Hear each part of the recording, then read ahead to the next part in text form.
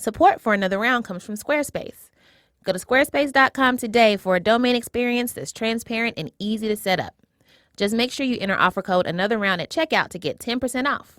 Make your next move with Squarespace.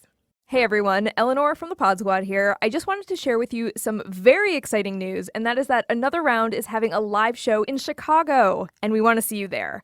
Join us on June 21st at Thalia Hall for a live taping of the podcast. It's going to be amazing. It's part of WBEZ's Podcast Passport series. And tickets go on sale on Friday, May 5th. And for more information, go to wbez.org/events. Hi, everyone. I'm Heben. I'm not ready with it. Sorry. Hi, everyone. I'm Heben. I'm Tracy. Wow. You enjoyed your drink? It's a good I'm drink. sorry, is the show getting in the way of your drink? A little, honestly. And welcome to Another Round with Heben and Tracy. Whoop, whoop, whoop, whoop, whoop, whoop, We're enjoying whoop, our drinks, whoop, whoop. clearly. Anyways, listeners, thank you for joining us. Yes. Hi, we missed you in your faces and your ear holes. All of the holes. Oh. I'm sorry. Tracy, it's the first episode since Inauguration. How are you doing? How are you holding up? Let's just have an emotional check-in real quick. So for a while, Trump presidency was like, I was feeling myself. I was like, to quote our president-elect / president now, talking to black people, what do you have to lose? It's like nothing. I was feeling wild, carefree. Wow. Zero fucks were being given. And then the reality of the situation. When did the reality set in for you? Day 2, when his press secretary, I don't know why all of media was like, we can't believe he's this bad. I mean, obviously everybody in his camp is trash, right? Yeah. We can say that at this point. But he smooth came out and said a straight up lie. He was like, this inauguration had the most people at any public event anywhere in the world ever. And then it didn't, because we have facts and data to back up. We can see stuff. Also we can see eyes. the pictures, right? Literally, we seen it. We seen it. What are you doing? It makes me so nervous that they lie about shit that's so easy. That's so obvious. So obvious and just so easy to validate. We're bringing facts to a knife fight, a gunfight maybe. Oh. Probably. Second Amendment. Shout out to the Second Amendment. Anyways, so I'm feeling a little bit what do you do in a post-fact universe? Blah, blah, blah. Feeling a little demoralized. How do you survive the apocalypse? How do we prepare for the race wars, et cetera, et cetera. It honestly just feels so surreal. It feels like a fever dream. And it feels like I'm going to wake up and be like, yo, I had the craziest dream, fam. We were in the worst timeline ever. I had a dream that Donald Trump ran for the All the worst presidency decisions, we made them. Yes. It sucks and it's weird. And it's been, a handful of days. A handful. And it's already just over the top. I'm so exhausted already. A thing that I think we should do is to just, it's not too soon to remember the good old days. Even though the good old days were last week? So we're gonna reflect on some of Obama's most joyous moments, the moments that gave us the most joy. Because it seems like it was so far away. I know. We just need a boost, just a little hit in the veins. Hey, man, got any more of that Obama? Oh, my God. You ain't got no more, huh? I don't know if Obama would appreciate that. This is so serious. No, but it's not real drugs, so it's okay. It's Obama drugs. Michelle LaVaughn Robinson, girl of the South Side. I have no more campaigns to run. I know because I won both of them. I'm a mellow sort of guy. And that's why I invited Luther, my anger translator, to join me here tonight. Hold on to your lily white butts. Welcome to another edition of Between Two Ferns. It must kind of stink, though, that you can't run, 3 times. Actually, I think it's a good idea. If I ran a third time, it'd be sort of like doing a third Hangover movie. Didn't really work out very well, did it? I chose to run for president at this moment in history because I believe deeply that we cannot solve the challenges of our time unless we solve them together, unless we perfect our union. Tomorrow, Iowa, tomorrow, from the granite of New Hampshire to the Rockies of Colorado, from the valleys of Ohio to these Iowa fields, we will keep America moving forward. And if it can change a room, it can change a city. And if it can change a city, it can change a state. And if it can change a state, it can change a nation. And if it can change a nation, it can change the world. Are you fired up? Ready to go? Fired up? Ready to go? Fired up? I'm the son of a black man from Kenya and a white woman from Kansas. I am married to a black American who carries within her the blood of slaves and slave owners. For as long as I live, I will never forget that in no other country on earth is my story even possible. I have to say why people hate you and they supposed to love you. Well, now, first of all, I did get elected president, so not everybody hates me now. Tonight, for the first time, I am releasing my official birth video.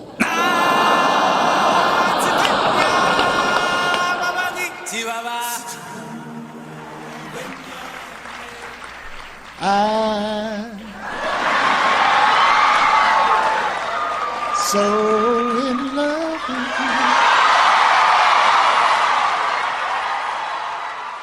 you. Amazing grace. Amazing grace. Amazing grace. Martin Luther walked so Barack Obama could run. Barack Obama ran so all the children could fly. It is true that behind closed doors I curse more than I do publicly. And sometimes I get mad and frustrated like everybody else does. But at my core, I think we're going to be okay. We just have to fight for it. We have to work for it and not take it for granted. And with that, I just have two more words to say. Obama out. That was beautiful. What a blessing to have spent 8 years with this man and his family. Right? Yeah. There are children who grew up with Obama only as president. Oh my gosh. My nephew, who is 2, he's never going to know a day where he has not had a black president before. We're going to miss you, Obama. We are. Come on another round. And while we're on this subject, our good friend Tunde Olaniran, who you've heard on the show before, wrote a little goodbye song for Obama, a parody to the tune of Miss Mariah Carey's We Belong Together. So here's a teeny tiny preview, and we're going to put the lyrics to the rest of the song because this man wrote an entire song. We're going to put the lyrics in our newsletter. So if in case you want to sing it to yourself when you're feeling a little emotional and you just need some musical ministry to get you through, you can do that. And it's really commotional because it makes me it just makes me feel things and I'm not ready to feel. The feeling now that I possess no longer has your charm. I feel so vulnerable without Michelle Obama's arms. The Oval Office just won't be the same, so won't you stay right here? 'Cause baby. Tunde! Subscribe to the newsletter so you can get your hands on the rest of the lyrics. And like if you wanted to like sing it yourself and then like send us the audio or maybe a video of you singing it, I mean, we wouldn't be mad. So if that's what you're into, please feel free.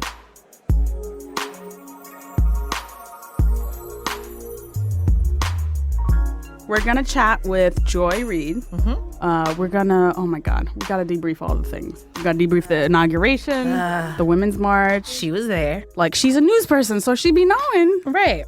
And we kind of have to talk about how to cover Trump, how to talk about him. And like, how do we decode his fucking press people's like lies? Just straight up lies. We need to debrief.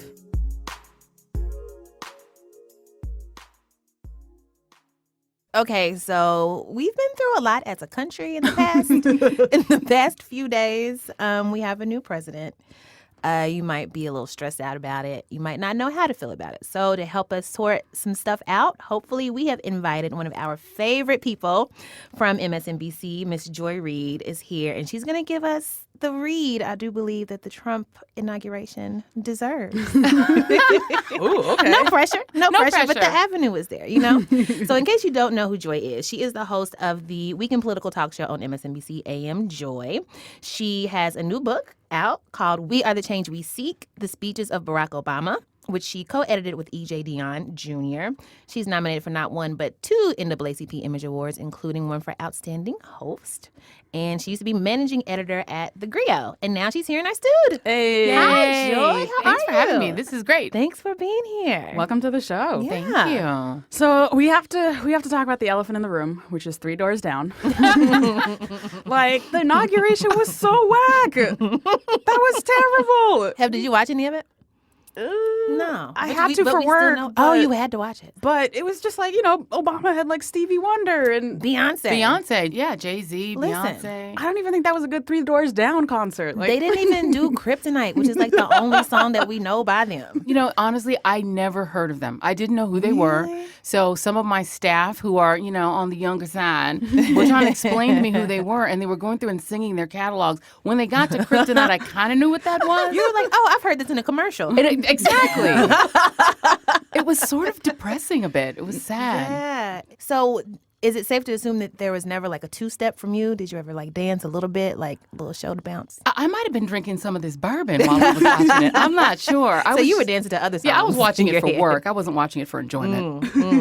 More for research. Gotcha. But you were at the Obama inauguration. You seen it with your own eyes. Yes. And you seen the Trump inauguration. On the telly. Yes. Yeah. Yes. People are disputing the numbers. Somehow. And by people, I mean our president.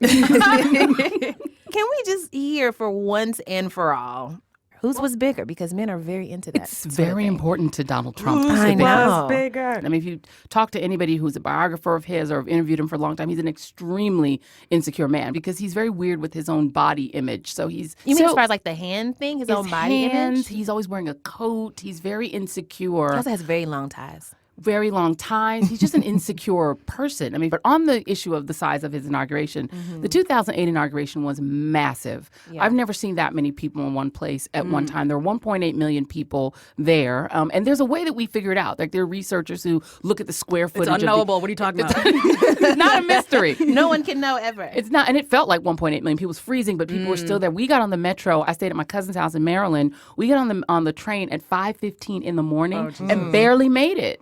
We Wow. barely made it. Yeah. And then 2012 was similar. It was a little smaller. I think there were 1.2-ish million people, but it was still like the excitement, Yeah. the palpable excitement, the huge stars. Watching it even on television, it seemed really muted, the Trump inauguration. I wasn't there physically, but the pictures don't lie. Yeah. There weren't a lot of folks. There wasn't. It was so many empty seats and bleachers. So Katie Tur, our fabulous reporter at MSNBC, she was riding along with the tracking shot. You go by as the parades are going by, empty stands. Yeah. Even George W. Bush got some people in the Listen. seats. People didn't like the fact the Supreme Court made him president, but they still came. There was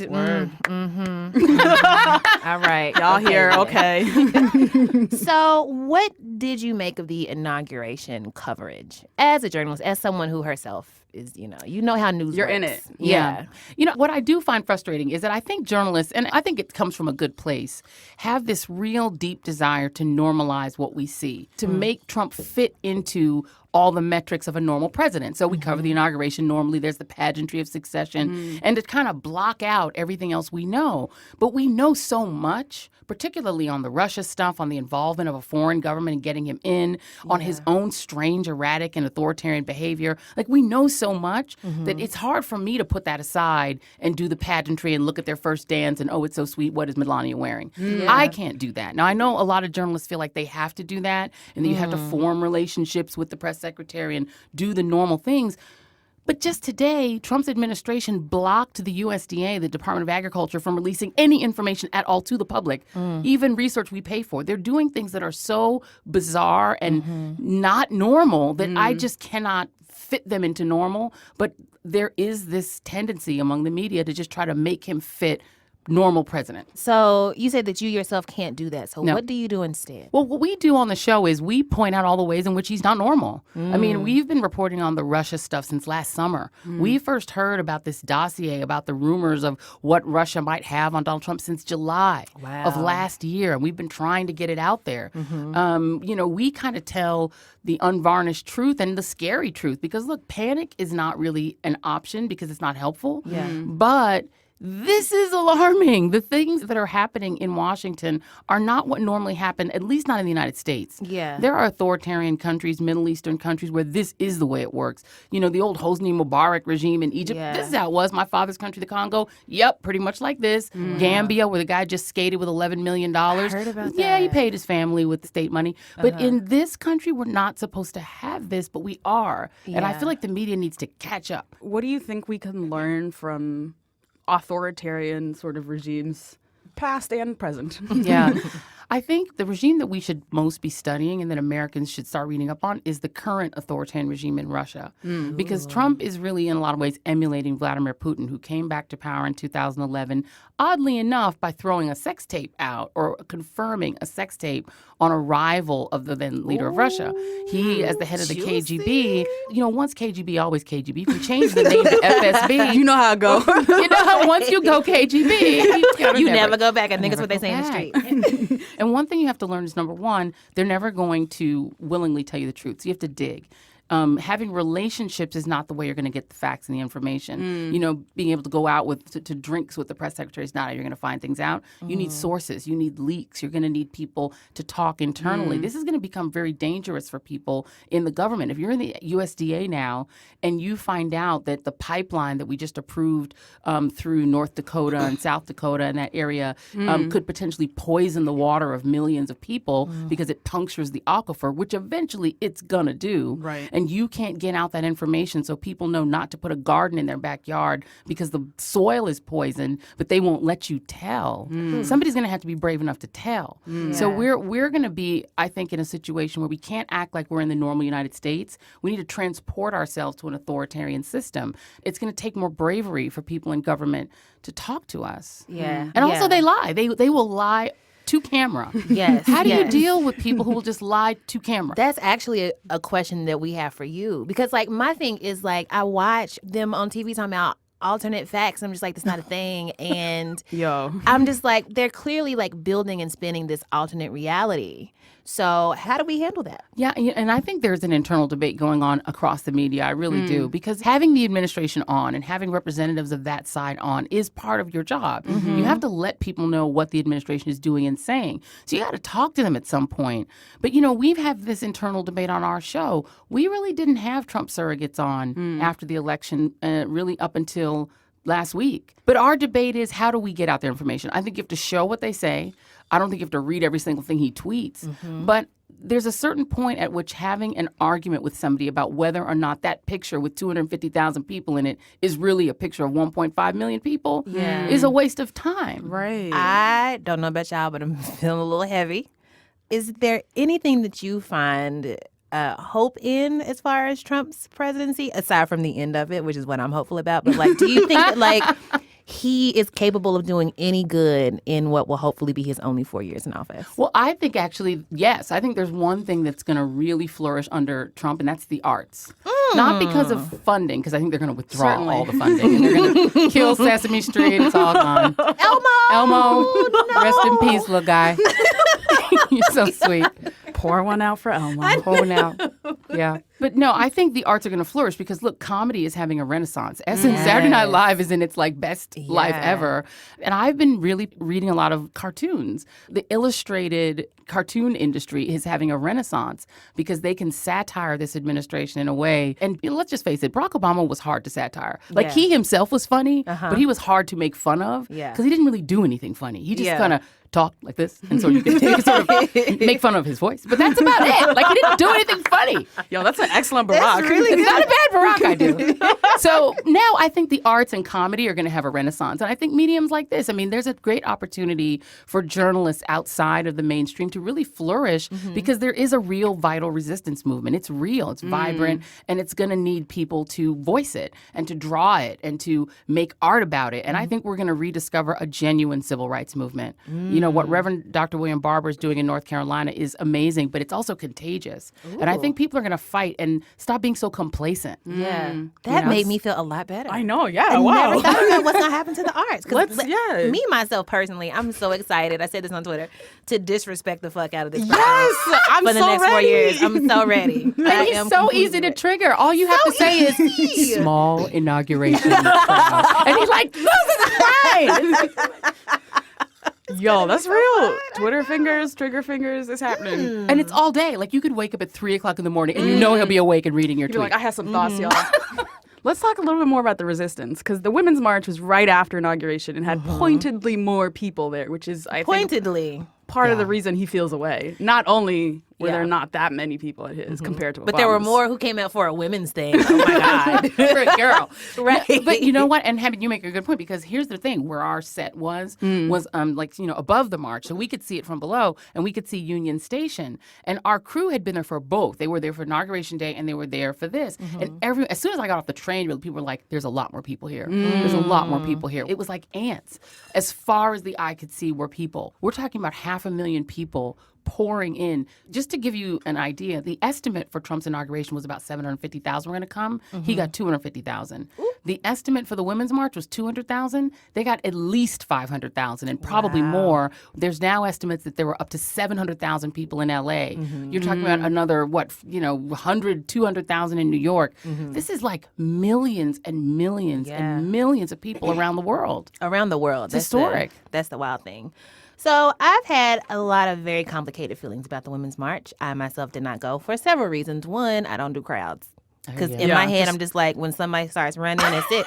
We're all out of here. And being black in a giant crowded space with police is not, has not historically, worked out for us always. Not typically, unless there are tons of white women there, which it's fine. And then we get to congratulate everybody on how civil everyone was and no one got arrested. So, I mean, that would have worked out in our favor at least. Yeah. But my thing was, whenever there's like a capital F feminism, like women's issue, such as something broad like reproductive rights, I know that white women are going to come out in droves. So I'm like, y'all got it. Y'all don't, having my physical presence there, it's not going to tank y'all because, you're there. You're on the front lines with issues that pertain immediately to you.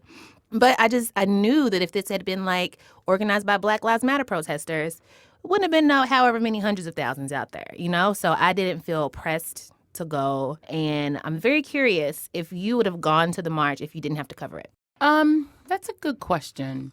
I had some of the same feelings, honestly, about the march going in, because my thing was you have an election in which you have a woman president on the ballot. Yeah. And black women suited up and said, we're here for you. We're going to vote for this. 94% of black women, I believe. What? Can we get that statistic one more time? 94%? Yeah. Hispanic women said, we're there. 66% said, we're there. Asian American women said, we're down. 65%. We're here for you. White women, not so much, right? Hillary Clinton lost the white woman's vote. She lost white voters with a college degree. She barely won white women with a college degree, but it was like 52-48, like barely. Yeah. And the presumption of the Clinton campaign was that not only would she be able to win white women with a college degree, but that she'd be able to eat into Republican white women. And you can tell by the ads. All their ads were, our children are watching, our children are watching, Trump is vulgar, our children are watching. That's all the ads. For African American women, she had the mothers of the movement out there. At the last minute, she had Bey and Jay-Z come out to Philly.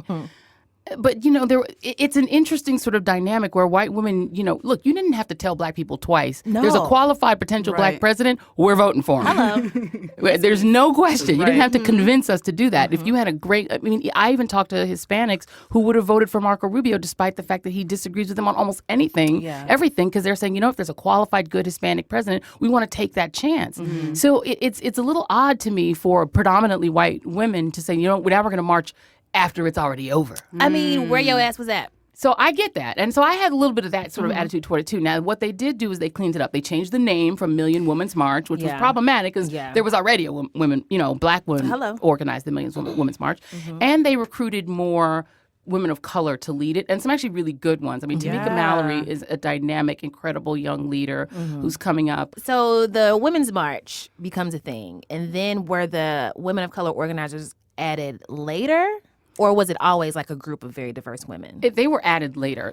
Yeah. In the beginning, I'm not sure who. I think Bob Bland, there's a woman named Bob Bland, who I think was one of the original organizers. And as they realized that this problem, this intersectional problem was happening and that they needed to broaden and diversify, they then recruited a Latina organizer and a Muslim American organizer. Very much a rainbow coalition. A rainbow coalition. We need one of each. Yeah. So when you were at the march, did it feel like an inclusive space? Did you see see any All Lives Mattering happening? Because I asked on Twitter and I was like, if you were there with like a sign that was race related, how were you perceived? And most people overwhelmingly said, it was great. We got lots of cheers. But some people were like, you know what? I had a sign that said Black Lives Matter and I got a lot of dirty looks. We heard some older white women yelling All Lives Matter and they got shouted down. So did you see any of that? You know what's interesting? I came over on the Amtrak, the last Amtrak out the night before. And I saw a lot of white people on the train with Black Lives Matter signs, traveling with them, including white men. It was very interesting. Yeah. The groups of people. First of all, the trains were jammed. Yeah. Every seat was taken. And there were a lot of white people going to the march with signs. There was a woman who had a sign that said, "In this house, Black Lives Matter." It was a white woman. So I actually saw the opposite, right? But I did, we interviewed Erica Alexander, who, of course, is always going to be Maxine on Living Single to me. But now she's Also Cousin Pam. Cousin Cosby Pam Show. on the Cosby Show, but now she's Hollywood's crazy ex-wife on Queen Sugar. So we interviewed her, and she had some of those same feelings. But in the end, she wound up coming because her attitude was, look, whatever happened before the election, whatever failures of people before, the fight now is everybody's fight. And I think there's a feeling that women are really in jeopardy. And when women are in jeopardy, Black women are in triple jeopardy. Oof. Yes. There were a few Melania signs, weren't there? Oh, yeah. Free Melania. You were just warning us about the threat of the Melania Yeah, like conversation. seeing her as like a victim of her president. I feel like you have some thoughts. It's interesting because, somebody tweeted, Melania never smiles and she's perceived as a victim. If Michelle Obama doesn't smile, she's perceived as angry. Yes, Lord. It is interesting. This woman supported her husband's birtherism. She was as much a birther as her husband. It's on tape. Joy Behar interviewed her and tried to get her to walk back from it, and she wouldn't. Let's play a little bit of that tape. Yeah. Do you want to see President Obama birth certificate or not? I've seen it. It's not the birth certificate. Well, it's a certificate of live birth, Right, which they give. But Melania, if he insists on what he's saying, then no one in Hawaii can ever run for president. Because they all get the same live birth certificate. But it's on display in Chicago. We've seen it on the internet. We've seen it. It's not the same as yours, but it's a certificate of live birth. Well, we feel it's different than birth certificate. All right. There are things that she's done to advance some of the negative things that her husband has done. She hasn't shrunk back from it. She's fully supportive of him. You can't be neutral on a moving train. Exactly. So, I feel sorry for her. He's very unchivalrous. He walked out of that limo and left that poor lady with that Tiffany box. It was so awkward. Yo, why do Obamas care more about your wife than you? Come on, fam. What you doing? You look terrible. And Michelle was like, I don't want that box, but let me help you, baby. Come on. She's like, what am I supposed to do with this? She's like, what the fuck is this shit? What is this? Come on, honey. Let's get you inside. Your husband left you. Come on, mama. I got you, girl. Come on. Come on. She's sort of a victim, but she's sort of a perpetrator, too. She's part of it. And, the idea, too, that she's given passes on things that Michelle Obama would never be given passes on. I'm never one to shame somebody for, posing nude. Whatever they want to do is fine. Right. But I'm just saying the difference. I just realized that, to be a black president or a black first lady, you have to be absolutely perfect. And even then you're going to be destroyed. Yeah. I mean, Michelle Obama was called an ape, a monkey, and that was just like last 2 weeks. Listen. And then they lose their jobs and then quietly get that job back. Yeah. That's right. They issue an apology and go to fucking, what is it, race rehab or something? In Arizona. And then in Arizona. AKA the spa. I know. And then they come back cured. And I'm like, okay. Yeah. So it's a very just generally difficult media environment right now. And we, as part of the media in general, but obviously occupy a very specific space, we're always trying to help our listeners become more media literate and more just savvy about navigating what the heck is going on. And also to help ourselves. Also mostly it's for ourselves. Yes. So do you have any tips for media consumption, how to be a more media literate consumer? I mean, I am big on multiple sources of information. You can't just believe one source that you read. You need to read backup sources. So if you read something in, BuzzFeed, and then you also read it in Huffington Post, and then it's repeated in the Washington Post, it's repeated in the New York Times, pretty good, idea that it's true. And I think especially with this current administration, you need to read investigative journalists. We have on people like Kurt Eichenwald a lot, people who are really digging in and investigating, not people who are getting access. David Farrenhold is a really great journalist that was digging into Trump's foundation. The investigative journalists are the people to follow on Twitter, to follow on social media, and to read right now, because they're not getting information at a press conference with Sean Spicer. They're digging for the information. And then there are also people like Malcolm Nance, who is a former naval intelligence officer who we have on a lot, Naveed Jamali, people who are actually in the game, who are in the CIA, FBI game, who can tell you what's happening. Sarah Kendzior, who studies authoritarian regimes. Find those people, follow them on social media, and listen to what they're saying. Because at a certain point, people who start talking about authoritarianism are going to sound crazy. You're going to start to feel crazy. There's a gaslighting that happens in these kind of regimes where you start to feel like maybe I'm insane. Maybe thinking all of this Russia stuff is happening. Maybe I'm crazy. You're not crazy. Martina Navratilova has been tweeting. She came from the Eastern Bloc. Wow. She's saying, you're not crazy. Gary Kasparov, who's a former Russian national who lives here now, saying, you're not crazy. This is really happening. The bad things you see, you're seeing them. Believe your own eyes. Believe what you're seeing, what you're hearing. Don't panic, but believe it. Yeah. We are going to put your recs in our newsletter so we can get more folks listening to legit sources and not all the craziness floating around out there. Do you have any Twitter lists, or what is your media diet? Yeah, well, I follow probably a little bit too much on Twitter, but I pick them up as I go. As I read somebody, there's a guy named Adam Kahn who I recently discovered and started following him. There's the guy who does Trump leagues, this guy Scott Dworkin. I'll pick them up as I go along because people I trust are following them, and so they start to show up in my Twitter stream. Twitter is really a great tool. Yeah. If you follow good people, you'll get good stuff. And by the way, Facebook has some work to do, and I'm less confident in them right now. I think they're trying to change it. But a lot of what happened in this last election is you have people, entrepreneurs, who come up with fake news stories, flood them into Facebook. And everybody believes them. And people believe them more than they believe the real news. Right. The internet will always reward that kind of behavior. Always. Absolutely. So you have to be really careful. You heard that, Facebook? I know you guys are listening.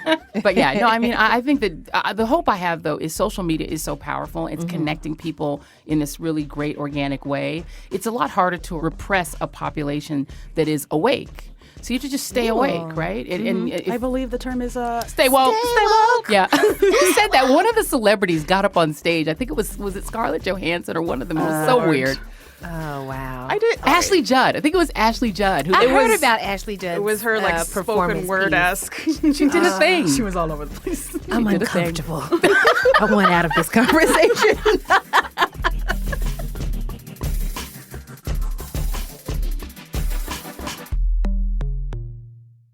Support for Another Round comes from Squarespace. With Squarespace, you get a unique domain experience that's simple to set up and an all-in-one platform to help you create a beautiful website.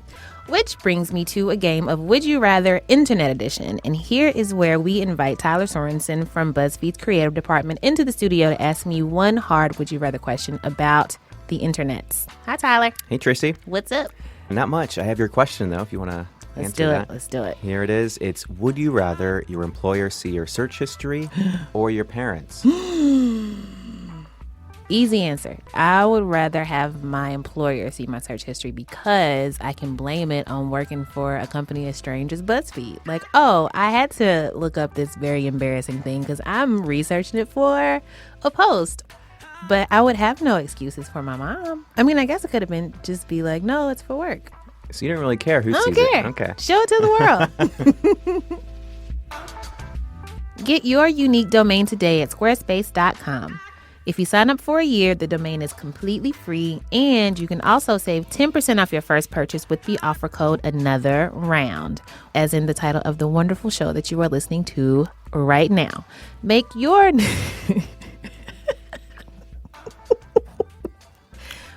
next move with Squarespace.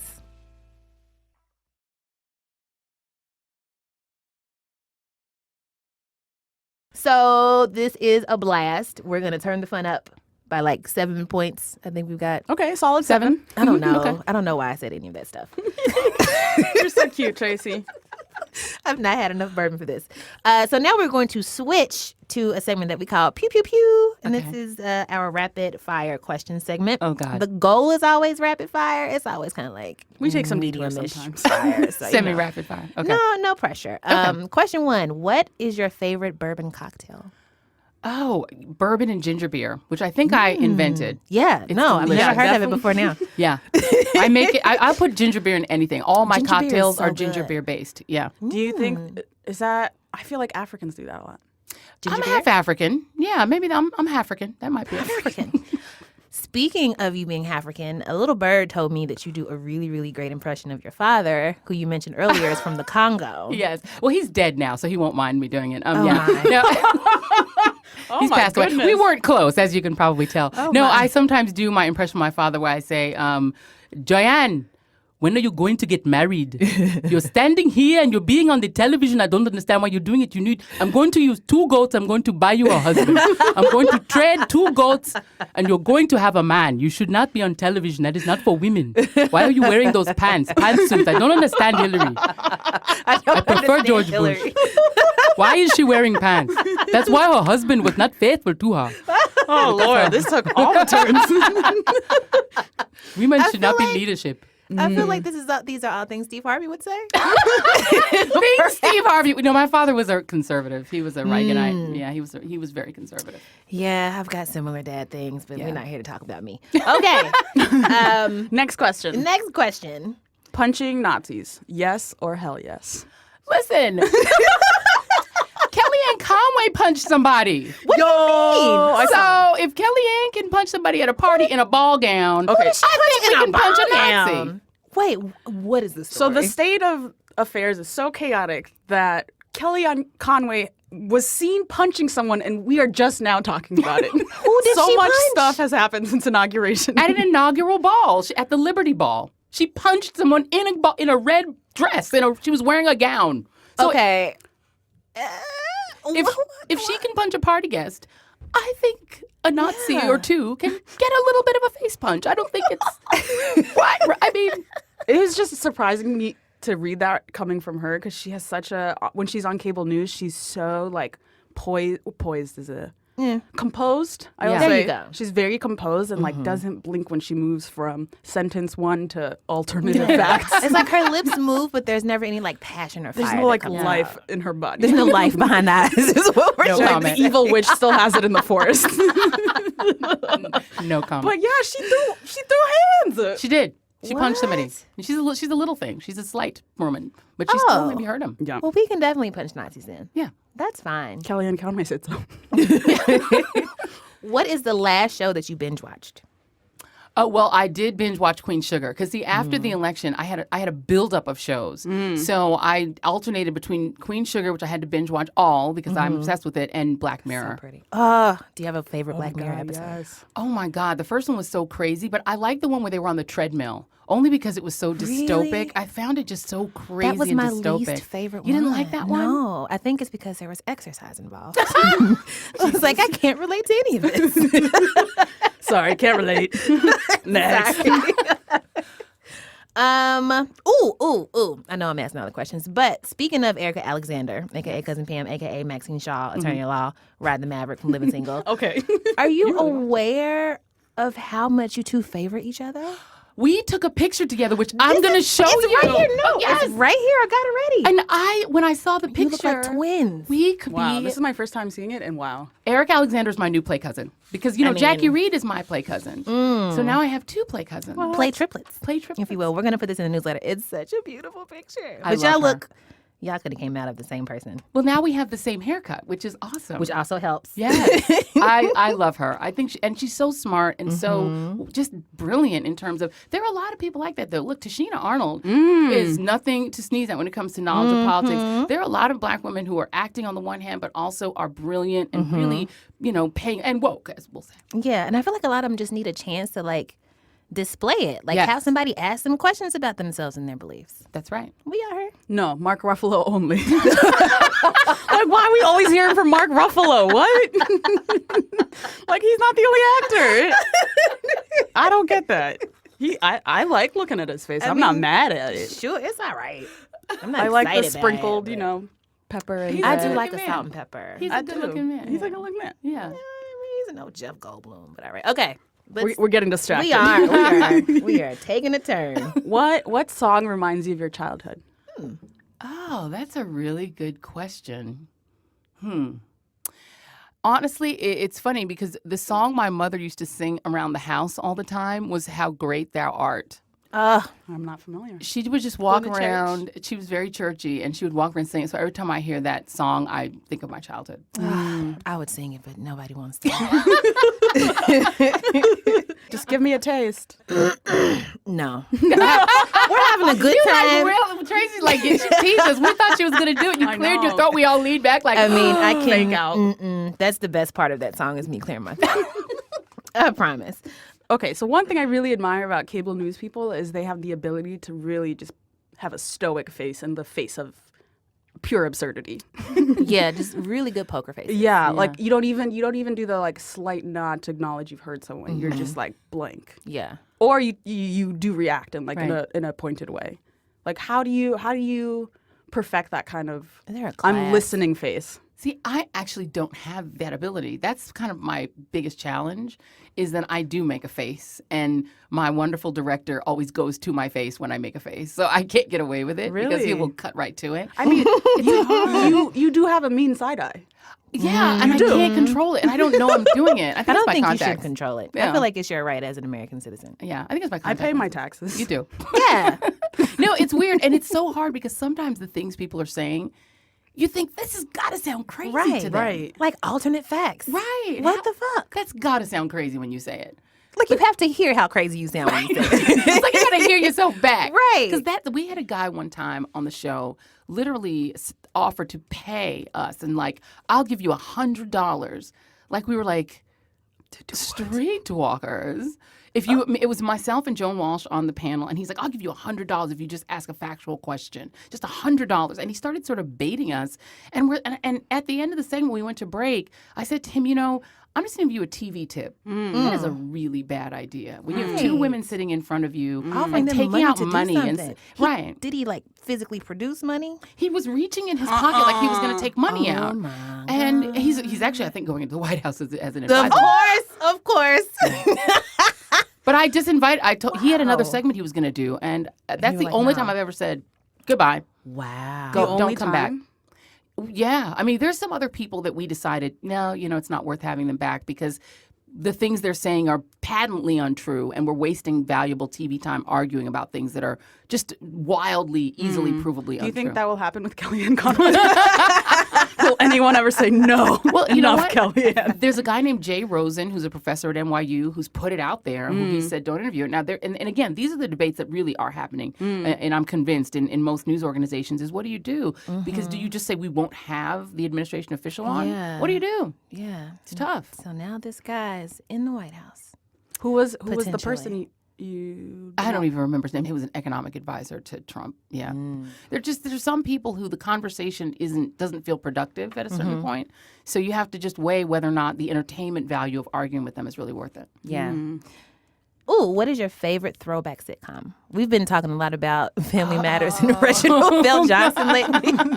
It's been a weird day. The hands down, it's the Fresh Prince of Bel-Air. Ooh. Easily. And it's funny because my kids, through the magic of YouTube, my kids are like grown, squatters live in my house. They're not even like children anymore. Damn. But they Squatters. they won't move. pay some rent? Right. They're in college. The like two older squatters' ones, rights. Yeah. There's one in high school, so we have to let him stay. But the two Yeah. older ones are By in law. college, so they really should go. But I love them.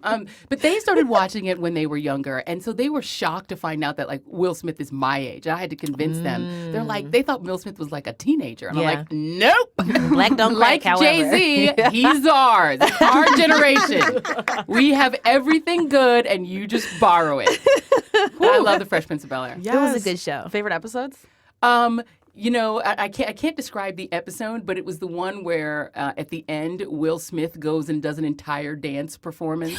Crying and upset and like leaves the set and comes leaves back. the He's just set, like, goes back in. And, yeah. Somehow I knew you were going to say that one. It's my favorite. It's so good. I I love don't it. remember that episode either. I just remember the outtakes. I just remember the outtakes when he did that, Weird. and then he just did it forever and ever and ever and ever. And anyone with Carlton doing the Carlton. Yes. There was also another outtake with Carlton doing that, right? And was He just, did like, it too. Yeah, dragging crawled himself on the floor. ground. Yeah, it's Man. not unusual To be loved by anyone. I love it. We're excellent singers. Yes. Yes. And you wanted me to sing earlier. You're welcome. The both of you are welcome. Joy, this has been a joy. A sheer delight. Oh, I wrote that yesterday. Wait, last question. As a person whose name sounds happy. Yeah. As a fellow person whose name sounds happy. This is the most Heben question. I love it. Do you ever struggle with your name? Yes, because people expect you to be happy all the time, right? Yeah. Not generally happy, but you also get the every song with joy in it. Somebody thinks that they're the first person to come Every up song with with heaven in it. Or heaven can wait. Got you. You're the first person to ever say that. Yeah. Thank you, fam. I got joy to the world, joy and pain, every song with joy in it, and people think they literally are the first person to ever say that to me. That's the thing that convinces me people do not think before they speak. No. At all. Are you kidding me? At all. Or people just think that they're funnier and cleverer than they really are. Exactly. Than everyone else. Than everybody on the earth. Heaven help us. And then you're like, hey. You got it, buddy. You got it. Oh, man. Well, Joy, this has been delightful. It has. Thank you. It has been so much fun. Where can people find you in your work on the interwebs? You can find me, everything is Joyanne Reid. I keep it really simple. So my Twitter is Joyanne Reid. And that's ANN, no E. No E, so and it's not Joanne. That's the other one, Joanne. Not Joanne. So it's JoyannNreid on Twitter, on Snapchat, and on Instagram, and Joy Reid Official on Facebook. And you've got a show right here. And of course, you can find us at AM Joy. AM Joy Show is the Twitter handle, and AM Joy Show is also on Facebook. Awesome. Please come back anytime. Thank you. You're welcome. Thank you. Thank you for the bourbon.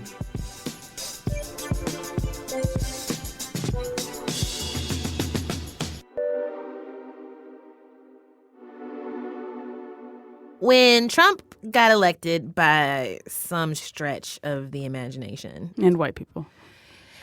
Russia and white women, y'all did this. Yo. When y'all did what y'all did, and you know what you did. When Trump was elected, oh, God bless y'all. We got some very real tips from y'all on what you're doing to take care of yourself, even when it feels like the world is a giant garbage fire. Yeah, so you know that picture that has been like in everybody's Twitter bios since it hit the internet with the dog in the cafe and the cafe's on fire.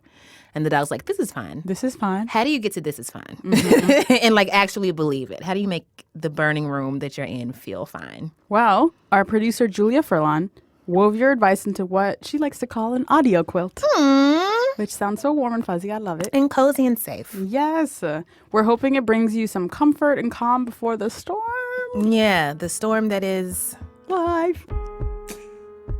I'm Lynetta Honey, and I'm calling from Dallas-Fort Worth, Texas. Hi, my name is Nay. I'm calling from North Carolina. From Orlando, Florida. St. Louis, Missouri. Columbus, Ohio. And I'm calling from Houston, Texas. I'm calling from Jonesboro, Georgia. I'm Sarah, and I'm calling from France, where I'm studying abroad. Here's my self-care since the devastating results of this election. Cracking open bottle after bottle of red wine. Drinking red wine. Going to the art museum. Reading a lot of poetry. And reading Life Does Not Frighten Me by Maya Angelou with art by Basquiat. Some of the ways that I like to self-care by washing my bed sheets. I just think there's nothing like laying down on a nice fresh set of bed sheets. And I also like to burn some sage. Allowing myself to do one thing at a time. It's okay to just chill. I deleted Facebook and Twitter from my phone. I've been scheduling all my meetings in the morning, so I have to get out of bed. My self-care routine is walking 30 minutes a day, usually jamming out to some great music in my headphones and enjoying the beauty of nature. Hi, I'm Kaya Thomas. I'm a college student and software developer. I've been trying to watch movies and TV shows written by and featuring Black cast. And really just trying to focus on what's next in terms of continuing the work that Black women have been doing for years, but even before this election, and continuing to uplift and support Black women. I've been talking a lot to my friends and family in the past few days to get support from them. I've been sending a lot of heart emojis and love messages to the people that are important to me. I'm speaking to people I haven't spoken to in a long time. Texting the people that I love multiple times a day to tell them how much I love them. Just telling them I appreciate their love and carry it with me. And joking with my friends about how we're all going to be sent to gay conversion camp. I've made sure to eat all my meals and not get behind on my work so my anxiety doesn't act up. And I also bought a cat onesie, but we don't have to talk about that. I'm also looking into ways to volunteer and get involved in my community and local government. And I'm trying to take care of myself the way I would take care of a guest, which means using a clean spoon for my cereal, not the one from yesterday with the salsa crusted on it. Listening to angsty pop punk music that I loved in middle school and pretending that it's 2008 again. It's not that hard to wash 2 spoons, and it feels good to be taken care of, even if it's me taking care of me. So I partnered with a high school teacher in Wisconsin whose school has an in-school food pantry for kids who need it, and they needed some gift cards for students, particularly girls. The gift cards are in the mail, and I already feel calmer in a world that seems hopeless. My name is Busisiwe Kuzwayo.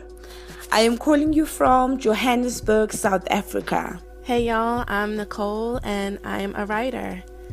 I feel really angry right now, so I've been turning to things that make me think of love. Just to, have my focus and strength and energy focused on something other than what is currently, seeking to take me under. I need some softness in my life. I need some sweetness in my life right now. I don't know if sleep counts as a self-care, but girl, listen, a good nap, a good rest will do wonders for you. I've also been listening to a lot of Outkast because I'm Southern and my Southern pride is not the scary kind. And Outkast makes me feel like just kind of a simpler time in life for me. Lastly, I speak to my grandmother. I call my grandmother, and just hearing her voice and the love in it, it's an amazing feeling to love and be loved in that way. And my grandmother offers me that. But at the height of my anger, I've been listening to Jeff Buckley, The Smiths, Hozier, and Radiohead because I want to hear white boys suffering. I love you guys so much. Love you. Thank you for everybody who, number one, is finding a way to make it through. And number two, has been gracious enough to share your ways of making it through with the rest of us. We hear you. Thank you. We are always in the market for new self-care tips. So thank you. Thank you for real. Heben, guess what? Guess what time it is? What time is it? It's time to buy rounds. It's time to buy rounds. It's time to buy a round. Hey. It's time to buy a round. Hey. It's time to buy a round. It's time. It's time. Hey. Who you buying around for? Who or what? Okay, so walk with me. Oh, boy. Okay. Let me buckle my seatbelt. So there's this Netflix show called Chasing Cameron. Okay. Have you seen it? No. Okay.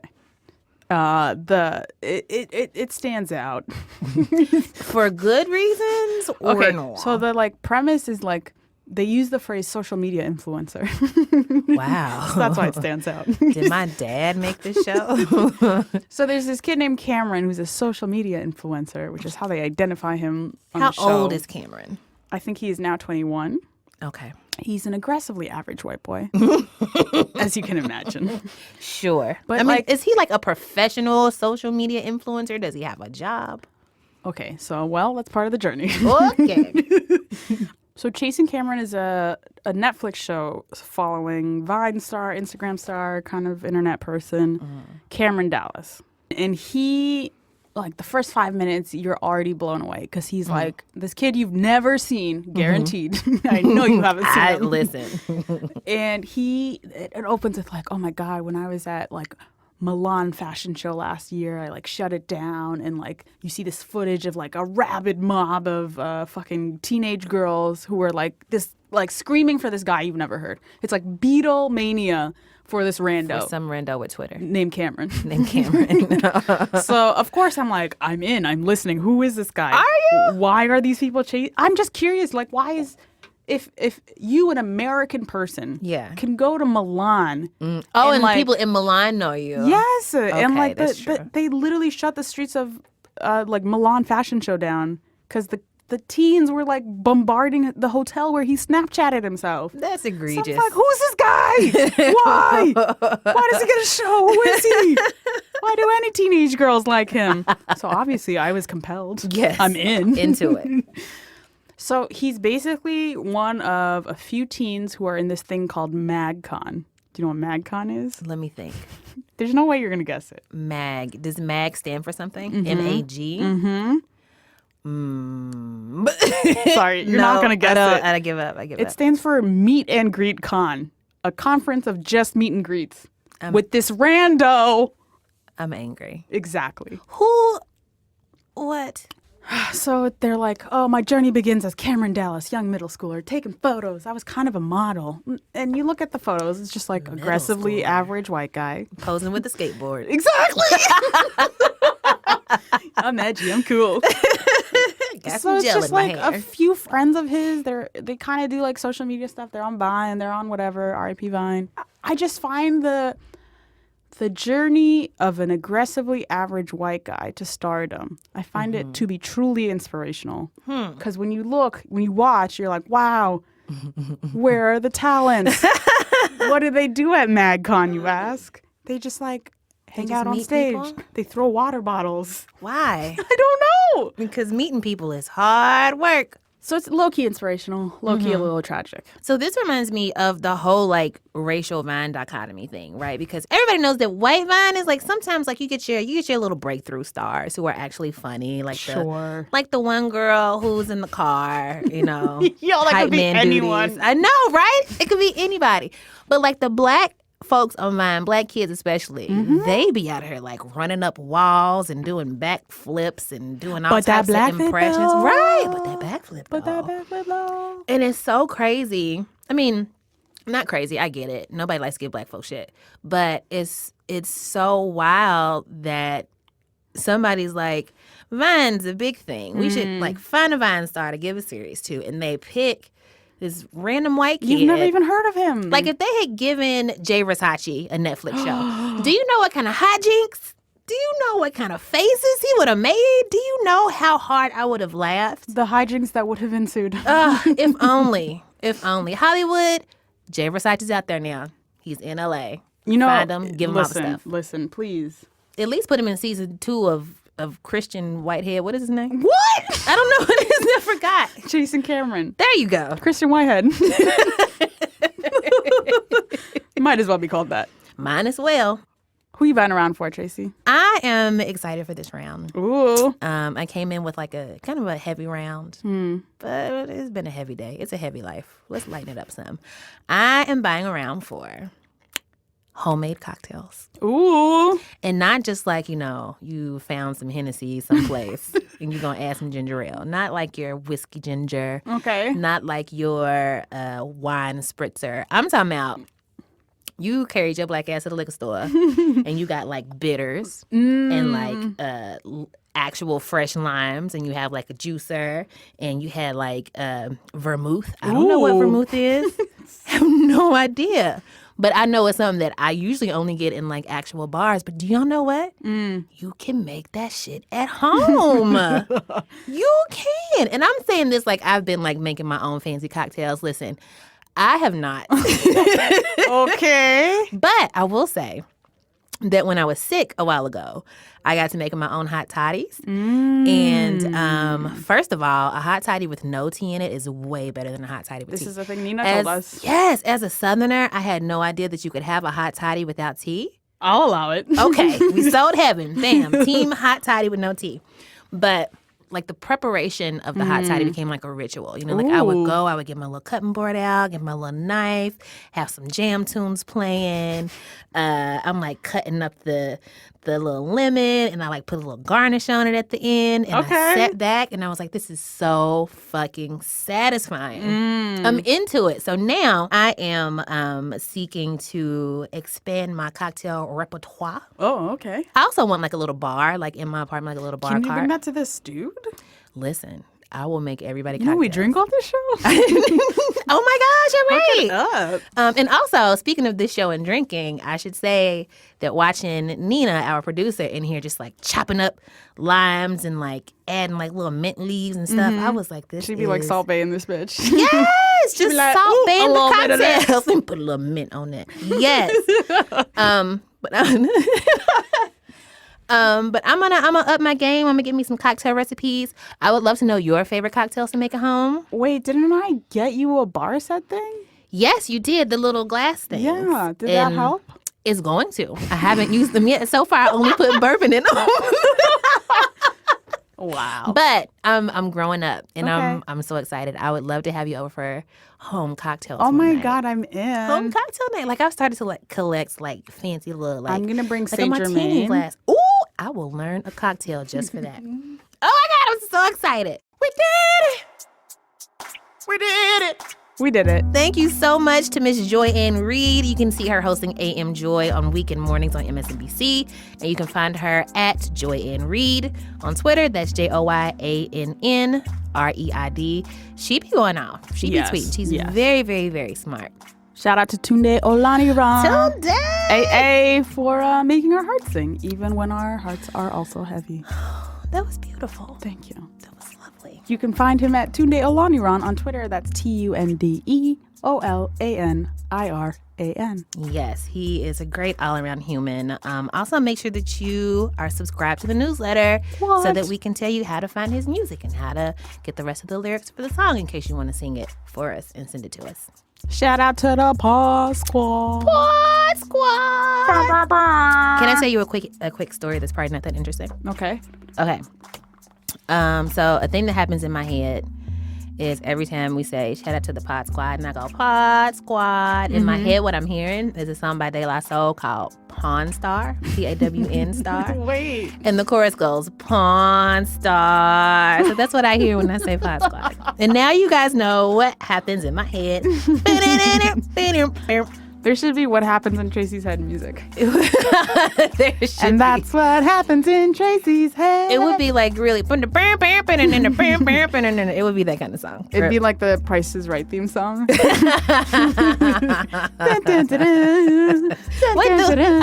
I thought you meant the loser's horn.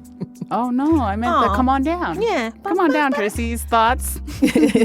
Hi, have you ever thought about how weird it would be if your fingertips had mouths? Welcome to Tracy's Brain. We just made a new segment on the spot. Hey. Shout out to the Pawn Star, aka the Pod Squad.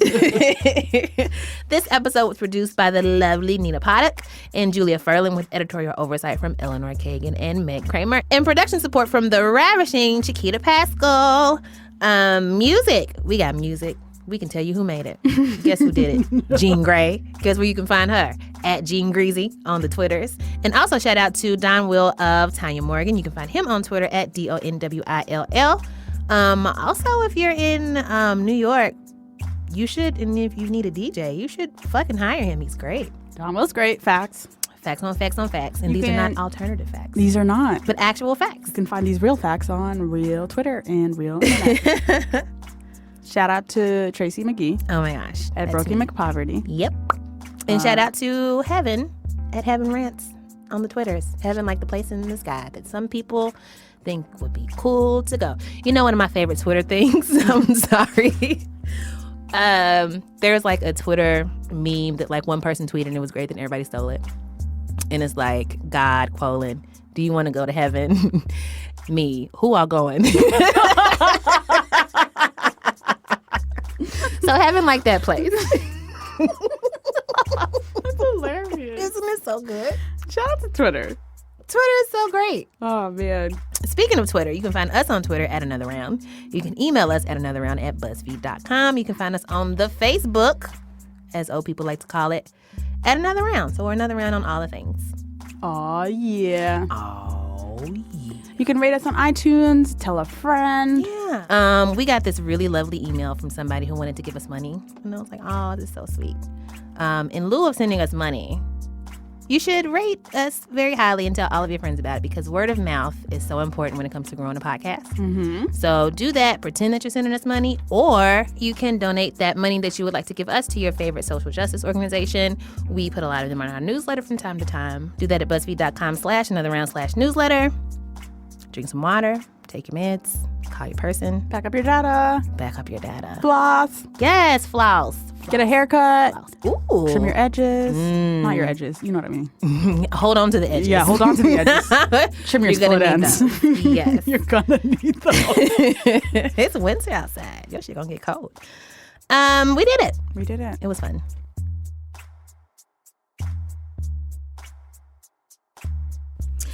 And we're back. That's my white dude radio voice. How was it? I feel like it's not goofy enough. Yeah, and we're back. The face, how did you? You know, one thing that Eleanor has that. pointed out to me is that Jim Carrey in the 90s is one of my comedy backgrounds. Wow. He is just like a backdrop of my comedy experience in American pop culture. You're very... And I did not know that until she pointed it out. You're very Ace Ventura-esque sometimes. That's exactly what she said. And I did not know that about myself. This has only made me love you more, though. Ace Ventura was a good-ass movie. Thank you. I don't know why I'm saying that. I know. Like I had anything to do with it. Thank you. It is a gem that I had some part in, apparently. No, what are we talking about? Yeah, and we're back. Thank you, Jim Carrey, for my comedic stylings. Alrighty then. And we're back.